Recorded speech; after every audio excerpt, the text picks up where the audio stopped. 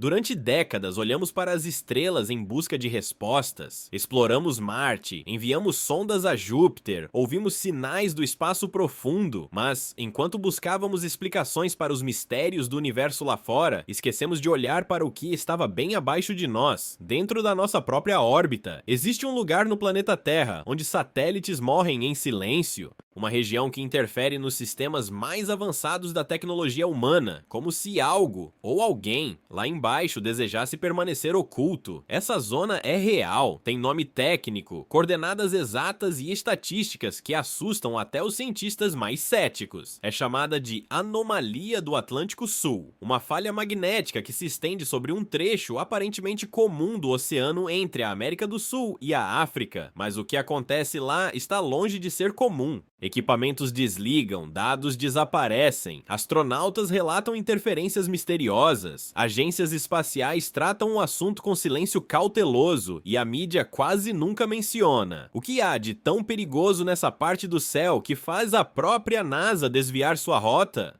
Porque até hoje ninguém conseguiu explicar exatamente o que está acontecendo. Neste vídeo, você não verá o que sempre viu. Vai conhecer os bastidores dessa história pouco divulgada, mergulhar nos arquivos ignorados, nos sinais que voltam a aparecer mesmo após o colapso de satélites mortos, nos registros apagados e nos indícios de que a verdade pode estar sendo propositalmente escondida. Mas, além das evidências técnicas, você também será desafiado a refletir sobre algo maior. E se não for apenas uma falha do planeta? E se essa zona estiver nos mostrando que há algo que não deveríamos cruzar? E se esse pedaço esquecido do mapa for a chave para um segredo mais antigo do que a própria humanidade? Você está prestes a entrar em uma zona onde o invisível comanda o visível, onde até a tecnologia mais avançada falha, onde o silêncio magnético pode dizer mais do que 1000 teorias. Bem-vindo à Anomalia do Atlântico Sul. Em todas as agências espaciais do planeta existem mapas. Alguns são públicos, mostram as órbitas dos satélites, zonas de cobertura, trajetórias de missões. Outros, no entanto, jamais foram divulgados. Esses mapas não marcam apenas trajetos, eles marcam zonas de silêncio, lugares onde a comunicação falha, onde equipamentos são desligados preventivamente e onde a recomendação oficial é: passe rápido ou nem passe.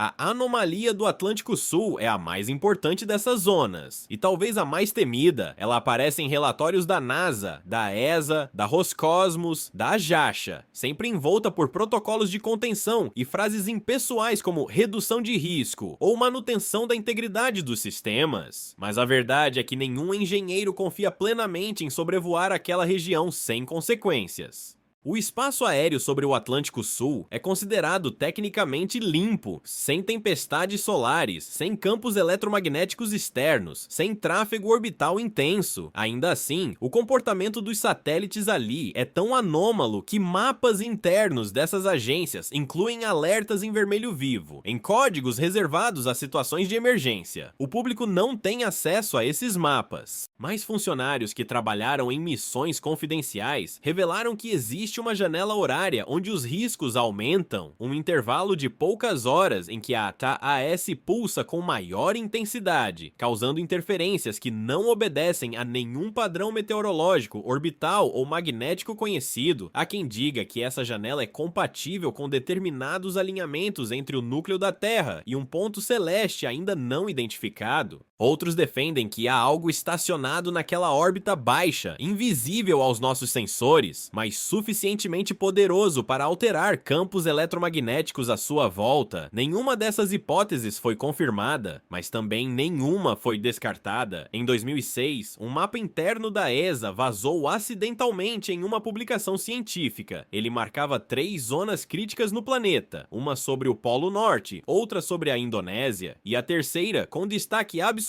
sobre o Atlântico Sul. O documento foi removido dias depois. A justificativa: erro de publicação. Mas naquele curto intervalo de tempo, especialistas já haviam analisado a densidade dos traços, a codificação das zonas e as escalas de risco. E todos chegaram à mesma conclusão: aquela parte do céu é considerada território hostil.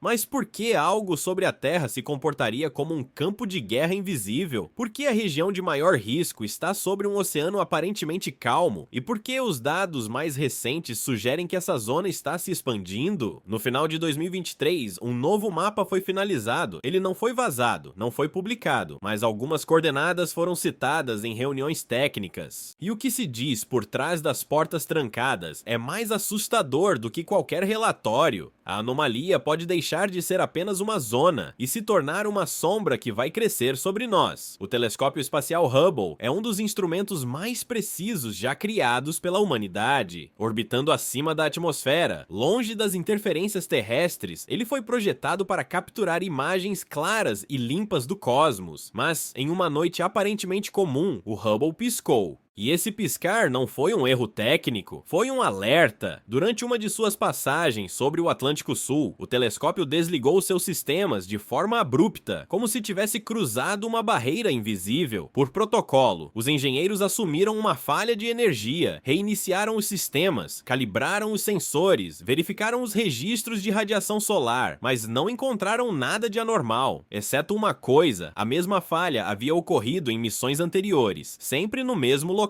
O que torna o caso do Hubble ainda mais assustador é o fato de ele não estar sozinho. Satélites meteorológicos, sondas de comunicação, telescópios menores e até drones de alta altitude relataram falhas parecidas ao cruzar a Chia-AES. O Hubble, porém, era diferente. Ele foi programado para resistir a interferências muito maiores. Então, o que exatamente conseguiu derrubá-lo por alguns minutos? Relatórios internos revelam que, naquela ocasião, o telescópio teve seu sistema de orientação momentaneamente comprometido. Isso significa que ele não apenas parou de registrar imagens, ele perdeu sua noção de direção, como se o campo ao redor tivesse alterado o próprio referencial de espaço. Os dados daquela noite nunca foram tornados públicos. Mas ex-funcionários da missão disseram que as imagens capturadas antes da falha apresentavam distorções incomuns, padrões magnéticos que não combinavam com nenhum outro ponto da órbita terrestre, e segundos antes do desligamento, o telescópio teria registrado um pulso, um pico de energia súbito vindo do nada. Alguns físicos tentaram explicar o fenômeno como um ruído eletrônico, uma interferência casual ou reflexo de partículas solares. Mas essas explicações caíram por terra quando foi revelado que o telescópio estava em modo de proteção solar, exatamente para evitar esse tipo de distorção. O incidente com o Hubble não foi uma anomalia isolada, foi um padrão, e o mais desconcertante é que a NASA sabia disso, e mesmo assim permitiu que novas missões cruzassem a região. Por quê? Por que continuar arriscando milhões de dólares em equipamentos ao sobrevoar uma zona que literalmente desliga a tecnologia mais avançada da Terra? Alguns dizem que o Hubble piscou. Outros afirmam que ele apenas foi cegado, temporariamente. Mas há quem defenda que, por alguns instantes, o telescópio viu algo que não deveria ver, e esse algo está escondido no silêncio do Atlântico Sul, pairando sobre as águas, distorcendo o que chamamos de realidade. A pergunta que resta é, quantas outras piscadas foram registradas e nunca reveladas? A bordo da Estação Espacial Internacional, o silêncio nunca é absoluto. Há sempre o ruído contínuo dos sistemas de suporte à vida, o zumbido leve dos ventiladores, os alertas de rotina e as vozes calmas dos astronautas em comunicação com a Terra. Mas, ao passar sobre o Atlântico Sul, um ritual curioso se repete. Instrumentos são desligados manualmente, por precaução. Isso mesmo, enquanto sobrevoa a anomalia do Atlântico Sul, a ISS entra em um estado de dormência seletiva. Sensores magnéticos, componentes eletrônicos sensíveis e principalmente sistemas de armazenamento de dados são temporariamente suspensos. A explicação oficial é a proteção contra picos de radiação, mas há algo além de proteção, há medo. Astronautas já relataram que, nesses momentos, as luzes da cabine oscilam levemente, como se um campo invisível interferisse nos próprios cabos elétricos internos da nave. Um ex-comandante da missão, em relato não oficial, descreveu a sensação como estar passando por uma tempestade sem vento, sem som, apenas com um peso estranho no ar. Durante anos, a NASA evitou mencionar a anomalia em suas coletivas de imprensa. Mas documentos vazados de reuniões técnicas confirmam. A trajetória da ISS foi ajustada várias vezes para minimizar a exposição à zona da AAS. Em outras palavras, uma das construções mais caras e tecnologicamente avançadas da história da humanidade precisa contornar uma ameaça que ninguém consegue explicar completamente. Alguns dos componentes da estação são extremamente vulneráveis à radiação, mas a radiação da AAS não é comum, ela não segue o comportamento previsível das tempestades solares. Ela pulsa em padrões irregulares, concentra-se em altitudes específicas e parece reagir de forma distinta a diferentes tipos de materiais. Um episódio marcante ocorreu em 2019, quando um dos giroscópios de navegação da ISS apresentou falha súbita exatamente ao cruzar a anomalia. Não houve explicação técnica conclusiva, o equipamento foi substituído semanas depois. Mas a pergunta permanece: por que uma zona do próprio planeta Terra é mais perigosa para a estação do que regiões do espaço profundo? Na narrativa oficial, tudo isso é apenas resultado do enfraquecimento do campo magnético da Terra. Mas entre os engenheiros que operam a ISS, existe uma teoria silenciosa. O campo da AAS não está apenas mais fraco, ele está sendo distorcido por algo que ainda não detectamos. E se esse algo estiver em processo de aproximação? E se as falhas forem apenas os primeiros sintomas de uma presença que se recusa a ser ignorada? Na vastidão silenciosa do espaço, um satélite desativado deveria ser apenas mais um pedaço de metal inerte, frio, sem energia, à deriva. Mas no entorno da anomalia do Atlântico Sul, alguns desses satélites parecem não aceitar sua própria morte. Há registros documentados de sinais intermitentes emitidos por aparelhos que já estavam dados como completamente desligados. Um dos casos mais intrigantes envolve o GOES 8, satélite meteorológico lançado em 1994 e aposentado décadas depois. Após anos de inatividade, engenheiros de uma estação terrestre no Brasil detectaram pulsos de rádio estranhamente familiares. A origem, uma zona exata acima da AAS, justo onde os dados do GOES indicavam que ele havia perdido funcionalidade. Inicialmente, acreditou-se tratar de uma interferência terrestre, talvez algum tipo de eco causado por reflexão atmosférica, mas análises de frequência mostraram que os sinais vinham do espaço, eram coerentes e compatíveis com a assinatura do satélite. Apenas uma dúvida permanecia: como um satélite sem energia, sem sistema de propulsão e com placas solares inativas poderia emitir qualquer tipo de sinal? Esse não foi um caso isolado. O mesmo ocorreu com fragmentos de sondas de baixa órbita e até com um antigo satélite soviético desativado desde os anos 1980. Em todos os episódios, os pulsos ocorriam sobre a anomalia e cessavam ao sair dela.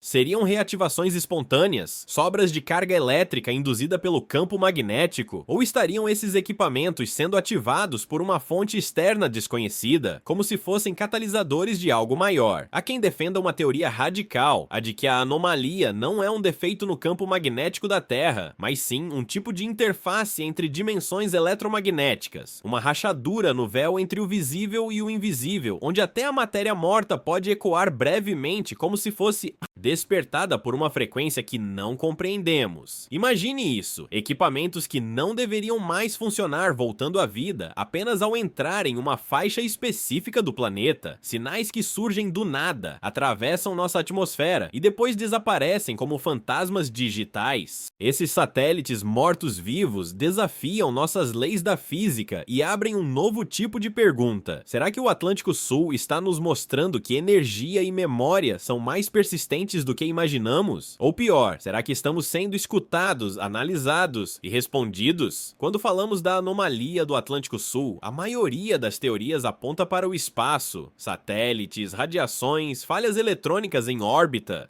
Mas e se o verdadeiro mistério não estivesse acima de nós, e sim abaixo? Nos últimos anos, geofísicos começaram a perceber algo alarmante. O núcleo da Terra está mudando de forma. A partir de dados coletados por sensores subterrâneos e medições de variações do campo magnético, cientistas identificaram uma região específica do núcleo externo, logo abaixo do Atlântico Sul, onde o fluxo de ferro líquido parece estar desacelerando. Isso por si só já seria estranho. Mas o mais perturbador é que essa desaceleração está acompanhada de uma concentração anômala de energia magnética inversa. Na prática, isso significa que o planeta, naquela região, está gerando um campo magnético oposto ao normal, como se houvesse uma força tentando inverter a polaridade da Terra a partir de um ponto oculto. Essa força está crescendo lentamente, como uma sombra subterrânea que se espalha de forma quase imperceptível, um campo dentro do campo. Pesquisadores da Universidade de Leeds chamaram o fenômeno de bolha reversa, mas fora dos círculos acadêmicos, o nome ganhou contornos mais sombrios. O coração escuro da Terra. Essa sombra parece agir de maneira inteligente, não no sentido consciente, mas sim com um padrão que desafia o comportamento natural do magma e do campo magnético.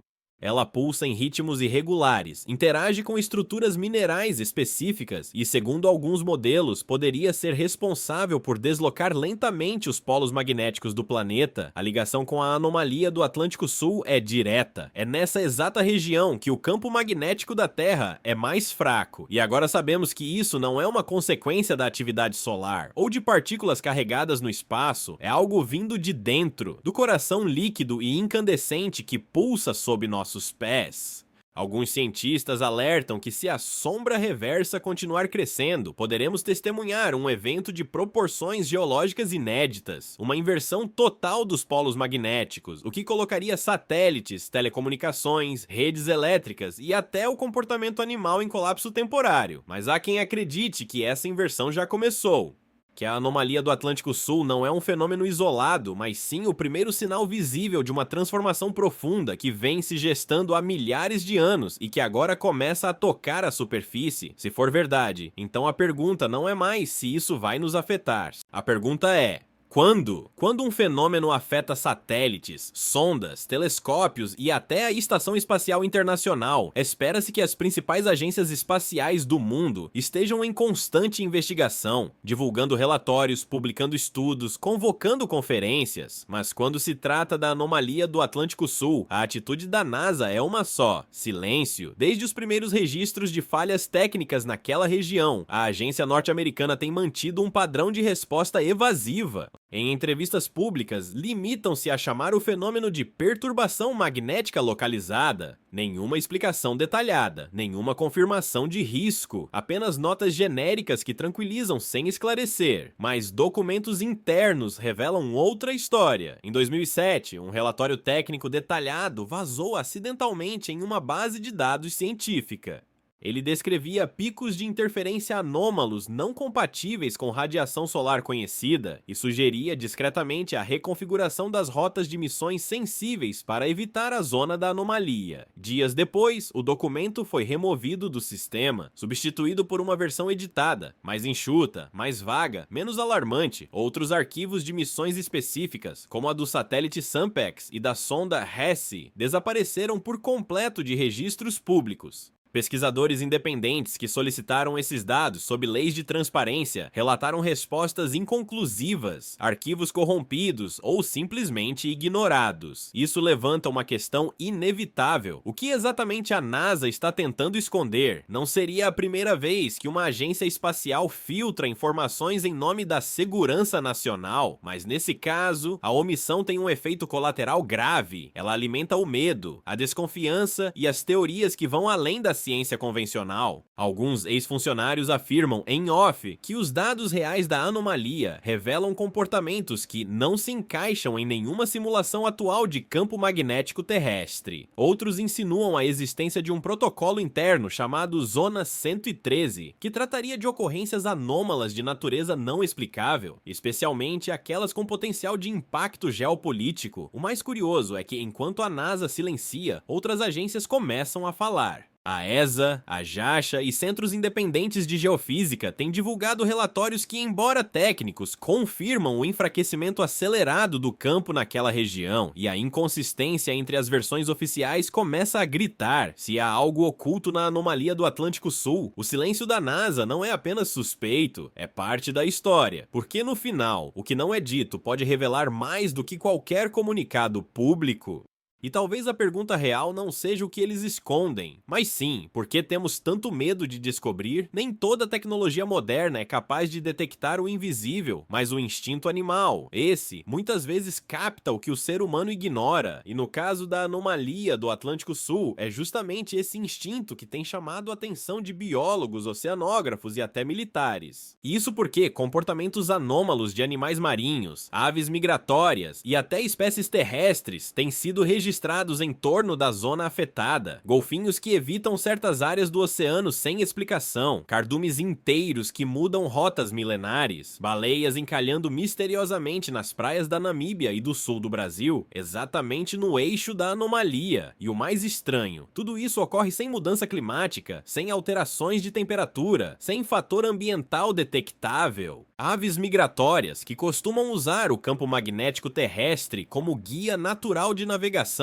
têm apresentado um comportamento errático quando cruzam o espaço aéreo da anomalia. Algumas desviam bruscamente, outras entram em padrões circulares e desorientados, como se estivessem presas em um labirinto invisível. Biólogos apelidaram esse efeito de cúpula cega, uma espécie de zona onde o senso de orientação magnética parece ser temporariamente apagado. No fundo do mar, sensores acústicos registraram alterações nos sons emitidos por algumas espécies. Baleias que antes emitiam sinais longos e cadenciados passam a se comunicar com pulsos curtos, quase nervosos ao cruzar a região. Há até registros de mudanças hormonais em colônias de peixes que habitam áreas próximas da anomalia magnética. Esses comportamentos não são novos, mas sua frequência aumentou nos últimos 20 anos. E isso levanta uma possibilidade perturbadora. Será que os animais estão reagindo a algo que ainda não conseguimos detectar? A ciência convencional tenta explicar com base em flutuações no campo geomagnético, mas essa resposta já não é suficiente. Não apenas pela intensidade dos efeitos, mas porque eles não ocorrem em outras zonas de anomalia magnética espalhadas pelo planeta, só na anomalia do Atlântico Sul, sempre ali. Como se o planeta tivesse, naquele ponto exato, uma cicatriz invisível e os animais a sentissem pulsar sob a pele da Terra. O que eles estão tentando nos dizer? E mais importante, por que nós insistimos em não ouvir? Durante uma missão de rotina da Agência Espacial Europeia, um grupo de engenheiros recebeu um alerta incomum. Um sinal de rádio não identificado estava interferindo nos sensores de bordo de um pequeno satélite científico. A anomalia, inicialmente, foi tratada como um problema técnico, até que os dados revelaram algo impossível de ignorar. A frequência do sinal era repetitiva, consistente e, acima de tudo, localizada. Localizada exatamente sobre a anomalia do Atlântico Sul. A frequência, que não coincidia com nenhum tipo de transmissão humana conhecida, seja militar, comercial ou científica, parecia emitir um padrão de pulsos em intervalos matematicamente precisos, como um código ou uma linguagem ainda indecifrada. Não se tratava de ruído cósmico, não era interferência atmosférica e tampouco se encaixava em qualquer atividade sísmica. Foi batizada informalmente de onda 0.19, referência à frequência média dos pulsos detectados. Especialistas em radioastronomia tentaram decodificar os sinais com software de análise espectral. O resultado foi mais assustador do que revelador. As oscilações continham padrões simétricos, semelhantes aos usados em protocolos de comunicação digital. Não é como se algo estivesse tentando transmitir uma mensagem, mas a origem desconhecida. E mais perturbador, a onda reaparecia sempre que um satélite cruzava a região da anomalia, independentemente do modelo, da missão ou da altitude. Diferente de interferências comuns, essa frequência não podia ser bloqueada. Mesmo com filtros avançados, blindagem eletromagnética ou técnicas de anulação ativa, ela sempre encontrava um caminho. Como se estivesse embutida no próprio tecido do campo magnético local, a hipótese de que fosse um eco terrestre foi descartada. E se fosse algo vindo do espaço, como explicar sua repetição apenas sobre um ponto fixo da Terra? Alguns cientistas passaram a suspeitar de um tipo de resíduo eletromagnético de uma era anterior da Terra, um registro fóssil de alguma atividade magnética ancestral que por algum motivo ainda vibra abaixo da superfície. Outros mais ousados propõem que a onda 0.19 seja uma forma de assinatura, um código de presença de algo que não queremos admitir que existe. O que quer que seja, tem resistido a décadas de investigação, silenciado órgãos oficiais e frustrado os maiores especialistas em engenharia de comunicações. Mas não pode ser ignorado, porque o que emite essa frequência está ativo, está ali e está se repetindo. A pergunta que permanece ecoando nas salas fechadas dos observatórios é simples: e se isso for na verdade uma chamada que ainda não foi atendida? A maioria das falhas em satélites pode ser explicada por causas comuns: superaquecimento, impacto de micrometeoritos, desgaste de componentes. Mas na órbita que cruza a anomalia do Atlântico Sul, os satélites não apenas falham, eles morrem. E o padrão é sempre o mesmo: sinais se tornam erráticos, sistemas se desligam sem razão aparente, e quando os engenheiros tentam recuperar os dados, descobrem que grande parte da memória dos satélites foi simplesmente apagada. O termo técnico usado em relatórios confidenciais é Silent Corruption, uma espécie de dano interno que não explode, não deixa rastros físicos, mas destrói silenciosamente os dados e os sistemas de controle. Alguns compararam esse efeito a um Alzheimer digital. O satélite esquece como funcionar. O mais alarmante é que isso não acontece com satélites antigos ou mal protegidos. Missões modernas, com camadas de blindagem projetadas justamente para enfrentar partículas de alta energia, também sucumbem quando passam sobre a região. Um exemplo notório foi o satélite Hitomi da JAXA, em 2016. Embora a causa oficial tenha sido uma falha de software e cálculo de rotação, diversos analistas observaram que os primeiros sinais de colapso surgiram exatamente quando ele atravessava a zona da anomalia. Pouco tempo depois, o satélite se desintegrou. Outro caso menos divulgado envolveu um pequeno satélite de comunicações europeu que perdeu todos os dados armazenados durante uma janela de 12 minutos, exatamente o tempo em que sobrevoava o Atlântico Sul. O satélite continuou funcionando, mas a falha permanece sem explicação. Mais intrigante ainda são os casos em que satélites simplesmente não respondem mais, mesmo estando intactos. É como se sua programação tivesse sido resetada ou sobreposta por algum tipo de ruído invisível. Há quem acredite que a própria anomalia funciona como uma espécie de firewall natural, bloqueando ou anulando qualquer tecnologia que interfira em seu espaço invisível. Outros vão além, sugerem que há algo na frequência daquela região que interfere diretamente com o silício, a base da computação moderna. Se isso for verdade, então estamos lidando com uma zona onde o próprio conceito de lógica digital falha. Não se trata mais apenas de falhas técnicas. Estamos diante de um território onde a tecnologia moderna entra e não volta a ser a mesma. E a dúvida que começa a surgir em salas de comando e estações de monitoramento pelo mundo é: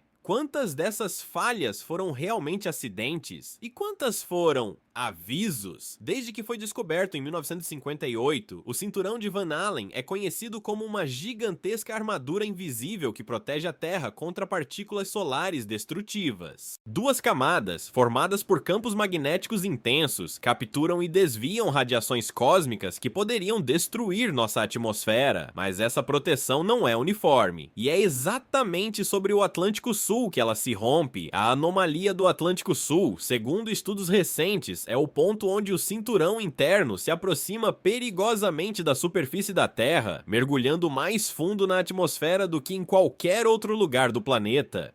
É como se houvesse uma rachadura em nosso escudo, uma porta de entrada para algo que vem do espaço. Por décadas, essa zona foi tratada como um simples afundamento magnético, mas relatórios recentes mostram que a atividade na região está aumentando. A radiação não só é mais intensa, como está se comportando de maneira errática, pulos de intensidade, inversões repentinas e padrões não compatíveis com o ciclo solar. Isso levou alguns físicos a propor uma hipótese perturbadora: algo está interferindo com a estrutura do cinturão. E se isso for verdade, estamos diante de um dos maiores riscos naturais não monitorados da atualidade, um colapso parcial do cinturão interno, ou mesmo sua instabilidade prolongada. Poderia gerar um efeito dominó na atmosfera, afetar sistemas de GPS, destruir satélites e até danificar redes elétricas em escala continental. Mas há quem acredite que o elo entre a anomalia e o cinturão vai além do campo magnético. Pesquisadores alternativos sugerem que a região funciona como uma ponte, uma zona de contato entre a Terra e frequências cósmicas mais sutis, uma espécie de canal natural onde as camadas que separam nosso mundo do espaço profundo tornam-se mais finas, e que talvez, em vez de apenas receber radiação, essa zona também transmita algo de volta. Essa teoria, embora controversa, encontra ecos em antigos registros de civilizações litorâneas que viviam próximas à zona atual da anomalia. Culturas que, sem qualquer tecnologia, relatavam vozes nos céus, colunas de luz noturnas e deuses que caiam do firmamento. Seriam apenas lendas ou fragmentos de algo que tentamos esquecer, mas que o próprio planeta insiste em nos lembrar? A rachadura no cinturão de Van Allen não é apenas uma falha magnética.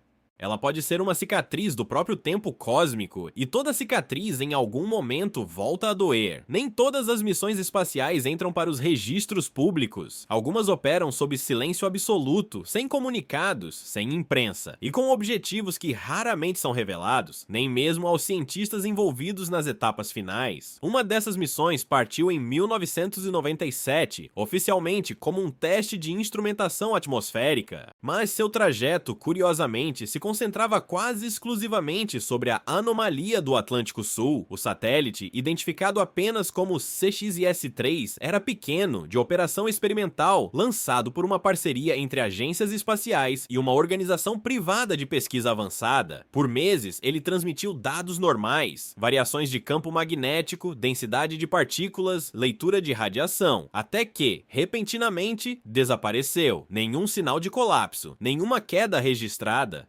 Nenhum rastro nos sistemas de rastreamento. O CXIS-3 simplesmente sumiu do mapa orbital. As tentativas de reestabelecer contato duraram semanas, até que a missão foi oficialmente considerada encerrada. Sem explicações, mas o mistério não terminou aí. Cerca de 2 anos depois, um telescópio de varredura espectral australiano detectou um eco fraco de transmissão, vindo exatamente da região onde o satélite havia sumido. A frequência não correspondia a nenhum satélite ativo, mas carregava a mesma assinatura binária usada nos protocolos do CXIS-3. A mensagem era fragmentada, distorcida e aparentemente incompreensível, mas um padrão se repetia, um conjunto de números intercalado com lacunas, como se estivesse codificado ou corrompido. Após meses de análise, especialistas concluíram que os números formavam coordenadas, mas o ponto apontado não estava na superfície da Terra, estava em órbita baixa, diretamente acima da anomalia. A partir daí, o caso foi selado sob sigilo. Cientistas envolvidos foram desligados, os dados arquivados, e o projeto CXIS-3 desapareceu de todas as documentações públicas. Por que tanto silêncio por causa de um satélite experimental? Por que os rastros foram apagados com tanta pressa? E principalmente, por que sua última transmissão apontava para o mesmo ponto de onde desapareceu? Teóricos sugerem que o CXIS-3 não foi destruído, foi capturado. Capturado por quê? Ou por quem? Essa é a pergunta que permanece até hoje sem resposta. Mas uma coisa é certa, algo naquela região reage à presença de observadores, e nem toda missão volta com a mesma forma de silêncio. A bordo da Estação Espacial Internacional, há um protocolo não oficial que não aparece nos manuais públicos nem nos treinamentos divulgados à imprensa. Um código simples, transmitido por rádio em linguagem neutra, que significa apenas uma coisa: modo seguro, cruzando a zona. Os astronautas o utilizam sempre que a ISS se aproxima de uma determinada faixa sobre o Atlântico Sul, a mesma região onde sensores falham, computadores travam e câmeras são desligadas por precaução. Oficialmente, o motivo é o excesso de radiação, o que é parcialmente verdade. Mas há algo mais. Vazamentos de ex-funcionários da ESA e da NASA relatam que, durante essas travessias, não são apenas os aparelhos que apresentam comportamento estranho, são as próprias pessoas. Náuseas repentinas, sensações de vertigem sem causa física, alterações no ritmo cardíaco e, o mais perturbador, uma sensação coletiva de estar sendo observado. Esses sintomas, que muitos descrevem como pressão invisível, não são registrados nos relatórios médicos, mas se repetem com frequência perturbadora, sempre exclusivamente sobre a anomalia do Atlântico Sul. Relatos não oficiais falam de sombras detectadas nas câmeras térmicas, padrões que aparecem por milissegundos e desaparecem antes que os sistemas possam reagir. Uma engenheira da missão STS-115 teria capturado imagens dessas distorções, mas sua câmera resetou sozinha minutos depois. Quando questionados publicamente, astronautas veteranos evitam responder com clareza. Alguns sorriem nervosamente, outros mudam de assunto. E há aqueles que simplesmente dizem: é uma zona morta, melhor manter o silêncio enquanto passa por elas. Mas a dúvida persiste: por que uma região da Terra provoca desconforto físico e emocional em seres humanos treinados para suportar o espaço? Por que os registros de voz e vídeo apresentam falhas apenas sobre essa área específica? E acima de tudo, por que os astronautas acostumados a relatar tempestades solares e falhas técnicas com precisão cirúrgica nunca falam sobre o que sentem ali, apenas o suportam em silêncio? Talvez o silêncio não seja uma escolha. Talvez naquela região até o pensamento precise ser contido, porque há lugares no mundo, e fora dele, onde falar demais é um risco, e essa zona parece ouvir tudo. Em meio a tantas anomalias técnicas, satélites apagados e astronautas em silêncio, uma teoria audaciosa começa a ganhar espaço entre físicos teóricos e geofísicos de vanguarda. E se a Terra tiver memória, não no sentido biológico, mas magnético, a hipótese é conhecida como teoria da memória magnética e parte da ideia de que certas regiões do planeta armazenam impressões de eventos antigos, como cicatrizes energéticas que permanecem ativas, interagindo com campos eletromagnéticos modernos. Segundo essa linha de pensamento, a anomalia do Atlântico Sul seria mais do que uma falha no escudo magnético da Terra, seria uma espécie de arquivo corrompido, um ponto onde o planeta, por razões desconhecidas, guarda vestígios de um evento ancestral que jamais foi compreendido. Pesquisas com dados geológicos mostram que essa região já foi o epicentro de atividade magnética extrema durante a última inversão polar, há mais de 780 mil anos. Mas há indícios de que outros eventos misteriosos também convergiram ali, incluindo alterações climáticas abruptas, anomalias gravitacionais e até registros sísmicos incompatíveis com as placas tectônicas da região. O que isso tudo significa? Significa que o planeta, em sua estrutura profunda, pode reter traços de eventos cósmicos, colisões de asteroides, radiações antigas, ou até interações desconhecidas com corpos celestes que já passaram por aqui. E talvez, só talvez, o comportamento errático da região não seja um defeito, mas uma reação. A cada novo satélite lançado, a cada instrumento que passa por cima, o campo magnético da zona parece responder, como se reconhecesse padrões ou reativasse traços esquecidos. É como se estivéssemos cutucando uma cicatriz que ainda pulsa sob a pele da Terra.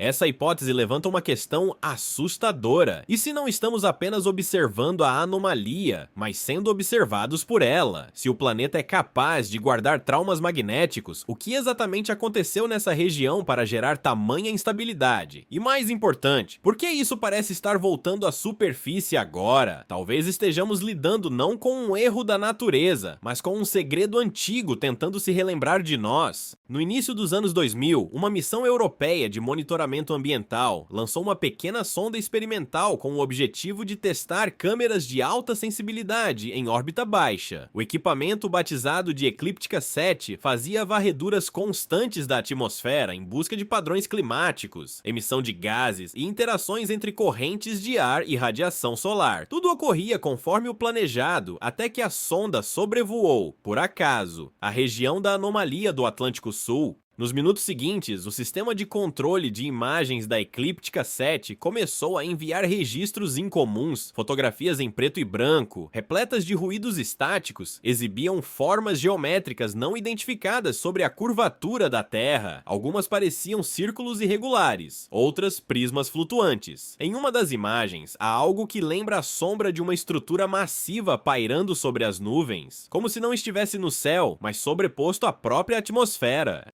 Inicialmente, os engenheiros atribuíram os registros a falhas de compressão, mas as análises posteriores revelaram que os arquivos não foram corrompidos, estavam intactos. As imagens foram capturadas conscientemente pelo sistema óptico, sem falhas nos sensores. E foi aí que veio o alerta. As coordenadas da captura coincidiam com o centro da anomalia magnética. As imagens foram imediatamente classificadas, e a missão Eclíptica 7 perdeu prioridade dentro do programa. A sonda continuou operando, mas as câmeras passaram a ser desligadas automaticamente sempre que sobrevoavam aquela área, por razões de economia de energia. Mas não era energia o que temiam perder, era o controle. Alguns técnicos que trabalharam na recuperação dos arquivos relatam que os padrões vistos nas imagens eram recorrentes, surgindo exatamente no mesmo ponto durante passagens subsequentes. Mais estranho ainda, apareciam apenas em determinados horários, sempre entre 3h e 11 da madrugada UTC. Essa janela estreita gerou uma teoria alternativa. E se aquelas imagens não mostravam estruturas físicas, mas ecos temporais, manifestações de algo que não está lá, mas que já esteve, ou ainda estará?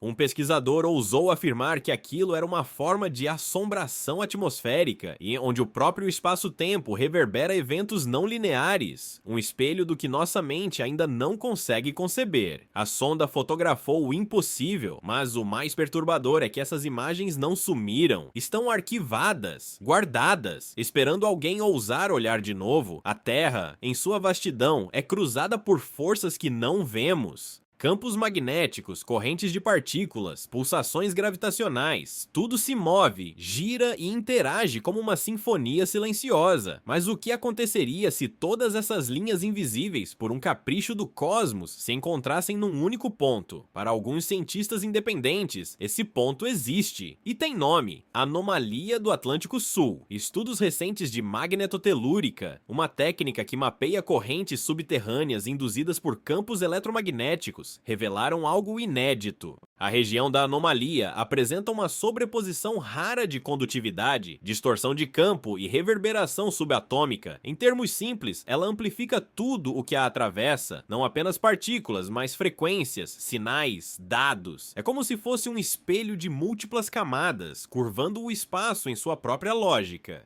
E o mais curioso, esse fenômeno é compatível com pontos descritos há milênios em mapas de linhas-lei, traçados energéticos que civilizações antigas identificaram intuitivamente, e onde construíram templos, monólitos e observatórios. Alguns pesquisadores alternativos afirmam que a anomalia do Atlântico Sul seria um nó magnético global, um cruzamento de linhas ancestrais e campos modernos, onde tempo, espaço e energia se entrelaçam em padrões ainda indecifráveis.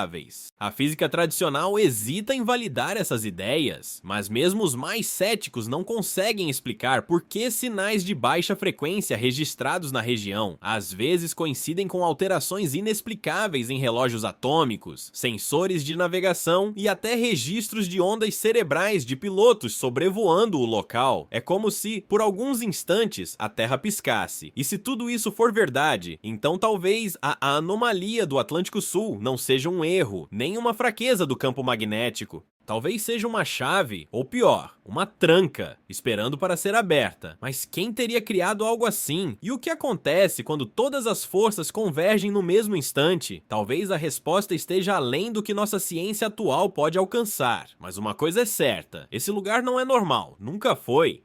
Finalmente, ao observarmos tudo o que foi exposto, as falhas inexplicáveis, os satélites perdidos, os registros silenciados, os astronautas que evitam comentar, os padrões geométricos fotografados e os fenômenos que não se encaixam em nenhuma teoria convencional, somos levados a uma única conclusão possível: a anomalia do Atlântico Sul não é apenas uma falha no campo magnético, é um enigma que resiste ao tempo, à lógica e à própria natureza do conhecimento humano. Durante séculos, a humanidade olhou para o céu em busca de respostas, acreditando que o desconhecido estava sempre acima, mas talvez o maior mistério sempre tenha estado aqui, bem diante de nós, escondido sob camadas de silêncio institucional, limitações tecnológicas e um medo ancestral de descobrir o que não podemos controlar. A ciência tentou explicar. A tecnologia tentou medir, mas tudo o que conseguimos foram mais perguntas, e há algo de poético e perturbador nisso.